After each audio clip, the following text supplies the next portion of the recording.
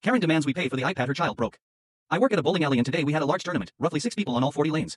At the start of the day it was nice and quiet until about 2 to 3 hours and the kid who was maybe 10 to 12 that was sat directly in front of the front counter iPad ran out of battery. The kid lost at this point practically screaming at his mother to charge it or to play on her phone. She clearly didn't care. She basically told him to sit down and shut up.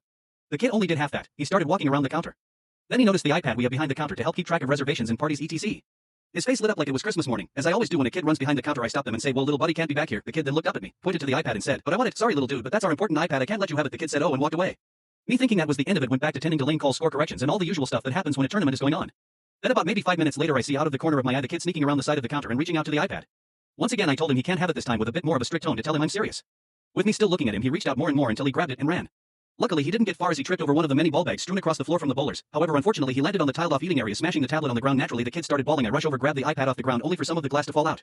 The mother was none too pleased at this.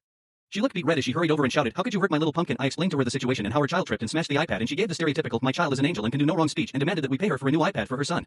I told her that's not how this works and she started to cause a scene. The tournament head came over noticing the commotion and asked what was going on. Obviously we both gave out sides of the story. He then said that since the damage happened during his tournament he would reimburse us for the damaged iPad, but the mother, son, and her bowler were all kicked out and the bowler disqualified. Honestly I feel bad for the bowler. He was doing pretty good in the tournament but thanks to a crappy parent it was all null and void. I talked with the official later and he said that she's been a problem at other places before for similar issues such as being too rowdy and not watching her kid. Apparently she was warned at their last tournament that if it happened again her son would be disqualified from the tournament. I feel bad for him but oh well.